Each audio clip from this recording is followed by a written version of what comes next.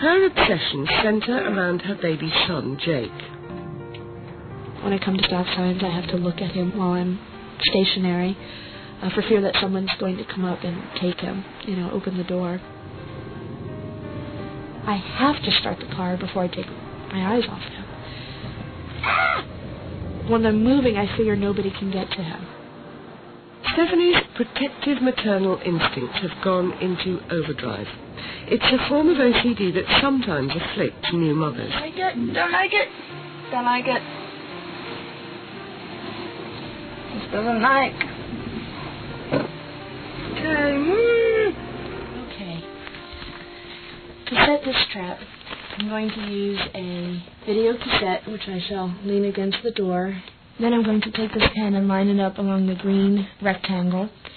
And I'm going to point this napkin so the edge, if you follow it with your eye, matches up with the corner of my wall.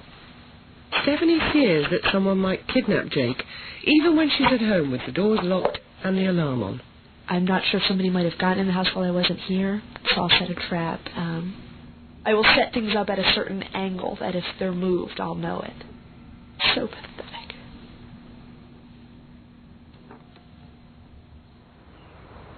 For a walk?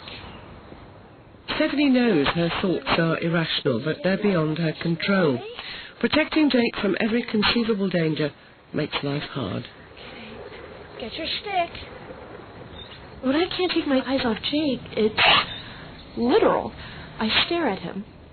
If I glance away, even like this, it's a chance for something to happen. He has to be in front of me so that I can see him the entire time, so that if somebody walks by, I know that they aren't going to bump him, spit on him, grab him, touch him, inject him with something, whatever. Take him. Like many people with obsessive-compulsive disorder, Stephanie also has a fear of contamination. She avoids litter or spots on the pavement in case the wheels of the buggy touch something deadly. Passers-by pose a double threat. They could kidnap Jake or contaminate him.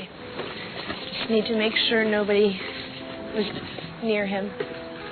Cigarette?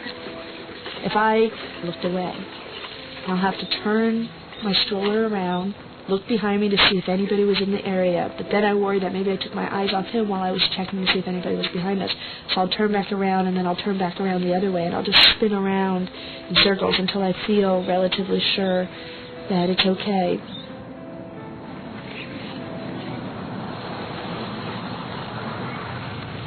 Sometimes it's hard for me to go for a walk because I can never get home, because I'm constantly having to turn around and go the other way because there's somebody coming. If somebody's walking towards me, then I get frantic. No, please keep him on a leash. And it's a fear of never knowing if he was contaminated. It's like I'll never know if that person who walked by touched him. And that will eat away at me. Before Jake was born, Stephanie was diagnosed as having OCD. Her obsessional fear of contamination leads to compulsive rituals which she uses to manage her anxiety. When I am going to interact with Jake in some way, I have to be certain my hands have been just cleaned. And they have to be scoured clean.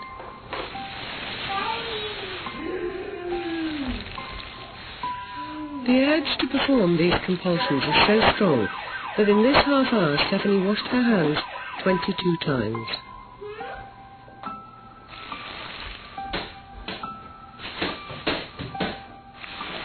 It's torturous.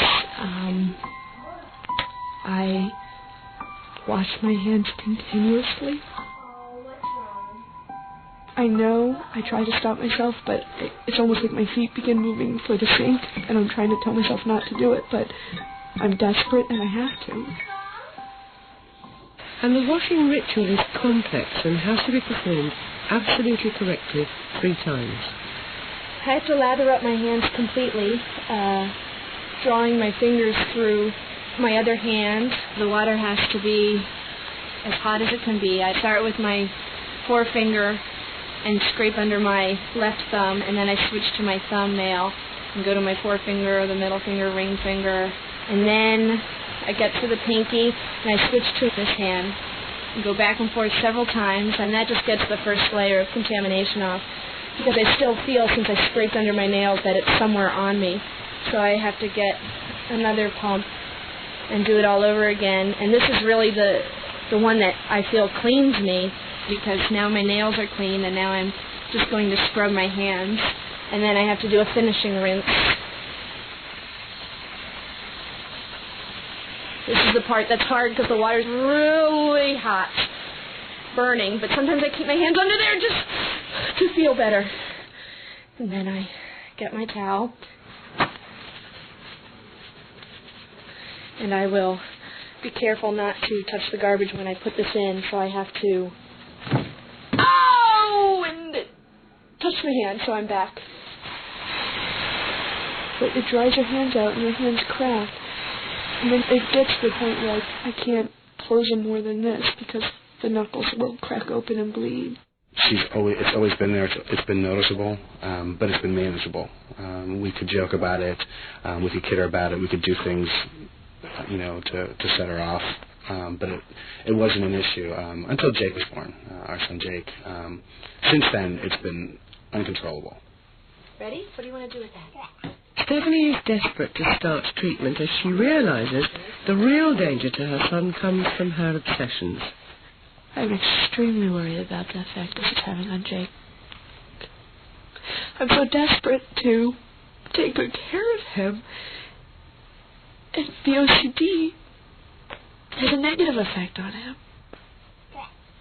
On his dresser is the soap pump. He puts his hand at it and rubs his hands together. He was doing that at 1 year old, and that struck me that I need to do something, because no 1 year old should be, pretending to wash it. That was the first thing he pretended to do was wash it.